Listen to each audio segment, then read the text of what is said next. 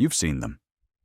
The van life videos. 20-somethings cooking organic meals on induction cooktops, working remotely from mountain overlooks, living their best minimalist lives. Beautiful footage. Aspirational aesthetics. Zero connection to actual survival capability. When the trucks stop rolling and cities become crematoriums, your $60,000 Mercedes Sprinter with the teak shower and the Dometic fridge becomes something very different. It becomes a target. Because in a collapse scenario, mobility isn't freedom. Visibility is vulnerability. And that rooftop solar array you're so proud of, that's a billboard advertising resources to people who have none. Most people think survival vans are about going off-grid for a weekend. We're talking about tactical extraction from collapse zones. The difference between those two things is the difference between camping and staying alive. We found 3 van builds that understand this difference. 3 platforms that pass what we call the survival systems audit. Here's how that audit works. Most van conversions optimize for Instagram, not survival. Scroll through any van build channel and you'll see the same priorities: aesthetic wood paneling, clever storage solutions, mood lighting, a bed that folds into a couch. These things look impressive in a 10-minute YouTube video. In a grid-down scenario, they're worthless. The average van build costs between $40,000 and $150,000, depending on the platform and the builder's ambition. Most of that money goes toward comfort and aesthetics. Reclaimed barnwood costs more than plywood. Copper accents cost more than plastic. None of it increases your survival probability by even 1 percentage point.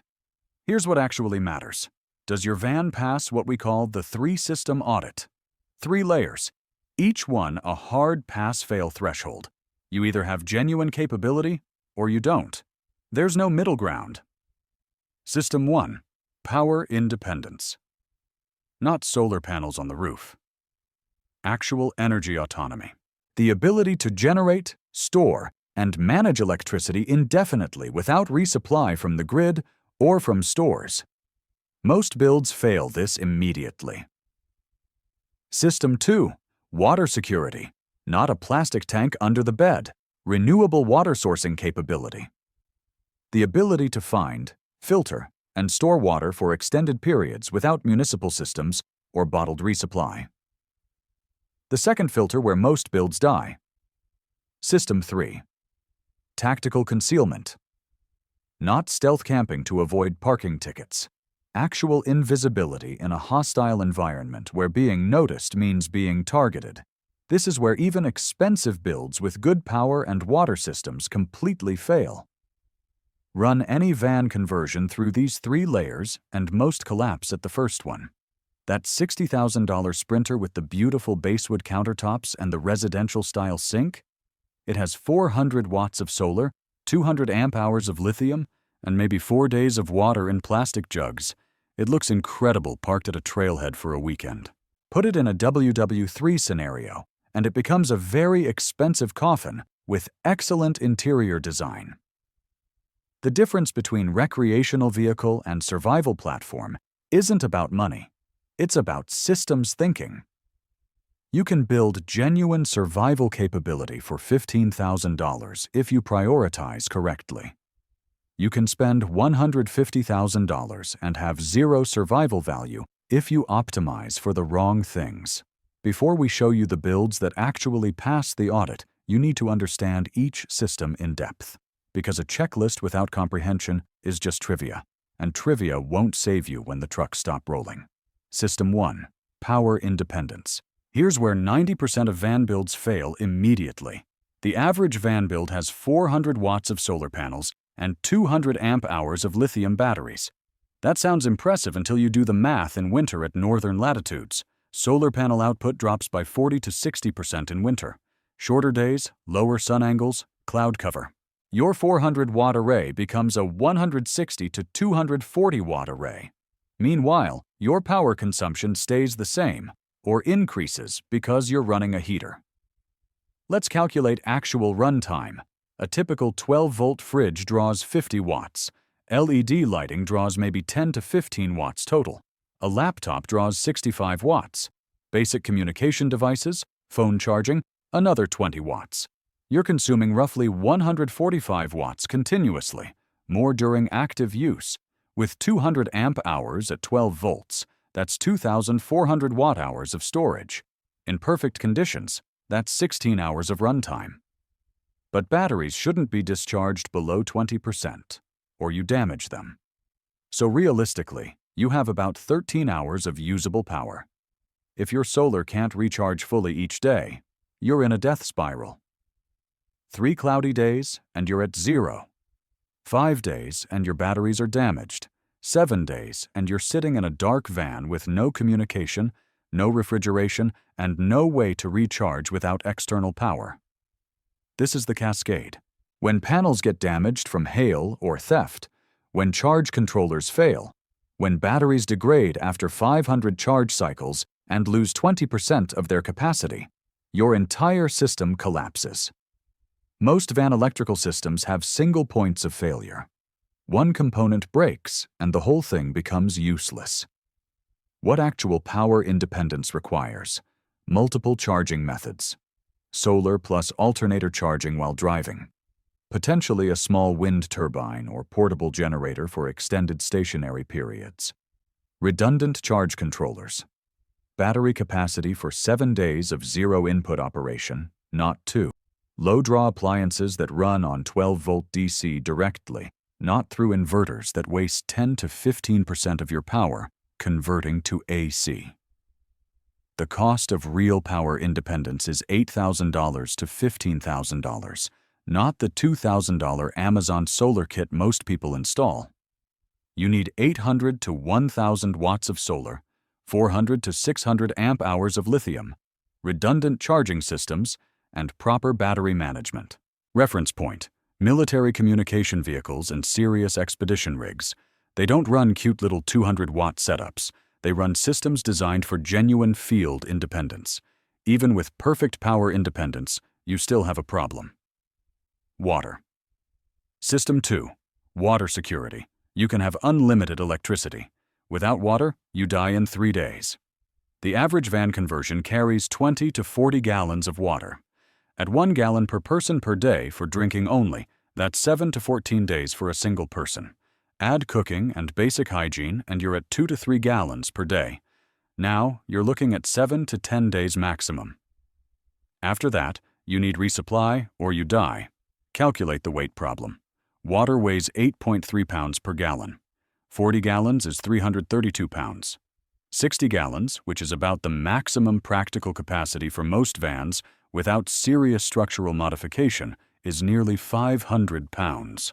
That's before you add the weight of the tank itself, the plumbing, the human occupants, the food, the gear. Storage creates other problems. Tanks need maintenance. They develop leaks. In winter, water freezes and cracks tanks and lines. You need heating or insulation, which adds complexity and power consumption. The water itself needs treatment to prevent bacterial growth during long-term storage. Here's the trap most van builders fall into. They think carrying water equals water security. It doesn't. Carrying water means you're mobile until the tank empties. Then you're hunting for a resupply point. Municipal water sources, stores, streams, lakes, springs. In a collapse scenario, municipal water stops flowing within days when the grid fails and pumping stations lose power. Stores empty. Every stream, lake, and spring becomes a contested resource point where desperate people congregate. Showing up at these locations in a vehicle that obviously contains supplies makes you a target. What actual water security requires? Filtration systems. Not a Brita pitcher. Minimum is a Sawyer Mini or Life Straw. Better is a Berkey gravity filter. Best is layered redundancy with filter, chemical purification, and boiling capability. A Sawyer filter is rated for 100,000 gallons. A Life Straw is rated for 1,000 gallons. Know the difference. You need collection systems. Roof catchment for rain. Knowledge of condensation collection techniques. The ability to identify safe water sources in different terrain types. Understanding which sources require what level of treatment. You need purification backup. Chlorine dioxide tablets. Iodine. UV purification pens. The ability to boil water, which means fuel and a heat source. Even with all of this, even with perfect filtration and collection systems, you face a fundamental reality. Water ties you to geography. You can't drive 500 miles away from water sources and expect to survive. A van is a mobile water collection and storage platform, not a water independence platform. This is why vans are tactical tools, not strategic solutions. They move you between resources. They don't make you independent of resources. System 3. Tactical concealment. Because in a collapse scenario, even one person noticing your solar panels can get you killed. You've solved power, you've solved water. Then someone notices your rooftop solar array and everything you built becomes theirs. What's the difference between stealth camping and tactical concealment? About 48 hours of life expectancy. Stealth camping, the way van lifers currently use the term, means parking overnight without bothering neighbors or attracting parking enforcement. You park on residential streets. You avoid making noise. You don't run your generator at 2 a.m. You leave before anyone complains. The goal is avoiding tickets and social friction. Tactical concealment means avoiding becoming a target for desperate or hostile groups in a collapse scenario. Different problem. Different stakes. Here's what broadcasts that you have resources. Visible solar panels on your roof. They advertise electricity, which means you have devices worth stealing and possibly food refrigeration. Roof vents, awnings, external modifications of any kind. They indicate someone invested money in this vehicle, which suggests resources inside. Generator noise. Diesel heater exhaust that's visible on cold mornings. Light leaks through windows at night. Movement patterns where you stay in the same spot for multiple days. In normal times, none of this matters. In a collapse scenario, these details get you killed. Timeline of threat escalation. Week 1 after grid failure, most people are still in shock. They're waiting for power to come back on. They're not yet desperate enough to act. Week 2 to 3, denial breaks. Desperate people start noticing anything unusual. Anyone who looks prepared becomes interesting. Month 1 and beyond, any vehicle becomes a potential resource target. Mobile means visible. Visible means vulnerable. What actual tactical concealment requires? Blending. A stock-looking cargo van or pickup truck.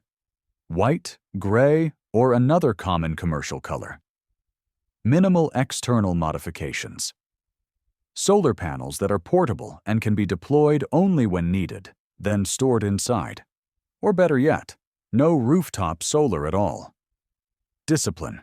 No lights visible after dark. No cooking smells. No generator use in populated areas. Absolute noise discipline. Movement protocols where you never stay in the same location more than 1 to 2 nights maximum. Defensive positioning where you always park with an exit route and never in corners or dead ends. Reality check. You cannot hide a running diesel heater from anyone with thermal imaging. You cannot hide your vehicle from organized groups doing systematic sweeps. The paradox is this. Most survival vans are covered in external gear and modifications that scream, "Rob me." The more you optimize for off-grid camping aesthetics, the more you compromise tactical concealment. 3 systems. Power, water, concealment. Most $100,000 Sprinter conversions fail at least 2 of these. Here are the builds that pass all 3. Remember the 3 systems. Power, water, concealment. We found builds that pass. None of them are pretty. All of them work. Build 3, the Contractor Special. Grade C+.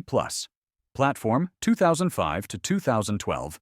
Ford E250 or E350 cargo van, the white work van you see everywhere and ignore completely. Purchase price, $4,000 to $8,000 for a used example with under 150,000 miles. Why it passes. Power, 600 watts of portable solar panels, not mounted on the roof, stored inside and deployed only when stationary in safe locations. 300 amp hours of AGM batteries, redundant charging through alternator while driving. Total system cost, $3,000 to $4,000. Water, 40-gallon internal plastic tank. Sawyer mini filter as primary, life straw as backup. 4 collapsible 5-gallon containers for extra capacity. Total cost, $500. Concealment. This is where the contractor special wins. Stock exterior. 0 modifications visible from outside. White or gray paint. Looks exactly like 10,000 other work vans. No one gives it a second glance. Total investment, $8,000 to $15,000 including the vehicle. The catches, uncomfortable, minimal insulation. No standing room unless you're under 5'6". GM batteries are heavier and less efficient than lithium. The van itself is old technology with lower fuel economy, 12 to 15 miles per gallon. Why it works? Invisibility. Mechanical simplicity. Parts availability. Every small town in America has someone who can work on an E-Series Ford. You're not hunting for Sprinter-specific components that take 3 weeks to ship from Germany. Build 2. The Expedition Rig. Grade, B+. Platform, 4x4 Sprinter or Transit AWD, 2015 or newer. Purchase price, $30,000 to $50,000 depending on mileage and condition. Why it passes? Power, 800 watts of roof-mounted solar. Some models allow quick disconnect so panels can be removed for concealment. 400 amp hours of lithium batteries. DC to DC charging from alternator. Optional 200-watt portable panel for supplemental charging. System cost, $8,000 to $12,000. Water, 60-gallon internal tank. Berkey gravity filter. UV purification backup. Roof catchment system for rain collection. Cost, $1,500 to $2,000. Concealment, semi-stealth, can be made to look like commercial delivery or medical transport vehicle with careful exterior choices. Subdued colors, removable or covered solar panels. Total investment, $45,000 to $75,000. The catches, more visible than a cargo van, higher maintenance costs. Requires more mechanical knowledge. Fuel consumption still only 15 to 18 miles per gallon loaded. If something breaks, repairs are expensive and parts are harder to source. Why it works? Genuine long-term capability. The 4x4 or AWD provides access to terrain that stops 2 WD vans. Balanced systems that can support extended deployment. Standing room. Better insulation for temperature extremes. These builds work, but they both face the same fundamental limit. A limitation that the #1 build recognizes and solves differently. A van is not a survival strategy. It's a tool. There's a massive difference between tactical mobility and attempting to live out of a vehicle indefinitely. Most people confuse the two. That confusion gets them killed. When vans work, initial 72-hour evacuation from a collapse zone. Getting out of a city before roads clog or violence escalates. Tactical repositioning from a bad situation toward a fortress city or rural community network. Temporary displacement while you assess whether the situation stabilizes or deteriorates. Resource bridging, where you move between water sources or between different safe zones. When vans become death traps, attempting indefinite mobile survival. You run out of water in 2 weeks, fuel in 3, options in 4. Winter in northern climates. Heating fuel consumption becomes unsustainable and exposure kills you. After roads become impassable. When abandoned vehicles block highways, when checkpoints go up, when rule of law collapses and armed groups control movement, when you're operating alone, remember the fortress cities discussion. Solo survival fails. Communities survive. The fuel problem. Average van has a 300 to 500 mile range on a full tank. Post-collapse, gas stations don't function. Fuel becomes the most contested resource after water. Your tank plus a few jerry cans gives you maybe 600 to 800 miles total. That's 2 to 4 weeks of tactical mobility if you're conservative. Then you're stationary whether you want to be or not. Strategic reality. A van should move you from a death trap to a fortress position. It's not a home, it's an extraction platform. You use it to escape the kill radius of a collapsing metro area. You use it to reach a location where you have community, resources, and defensive depth. Then you stop. The best van build recognizes this limitation and optimizes for exactly that mission. Not comfortable long-term living. Tactical extraction and resource flexibility. Build 1. The tactical extraction platform. Not technically a van, that's why it wins. Build 1. Modified 4x4. Pickup with slide-in camper. Grade: A. Platform: Toyota Tacoma, 4Runner, Ford F-250, or Ram 2500. All 4x4. Used models 2010 to 2020. Purchase price: $20,000 to $35,000. Camper: lightweight slide-in unit like 4-wheel campers or AT Overland. Alternatively, custom truck bed platform with topper. Cost: $8,000 to $18,000 for camper, or $2,000 to $4,000 for quality bed platform build. Why it passes and exceeds. Power: 400 watts portable solar. Deployable when needed, removable when not. Dual battery system, one for vehicle, one for house. Alternator charging while driving. Minimal AC power needs. System cost: $3,000 to $5,000.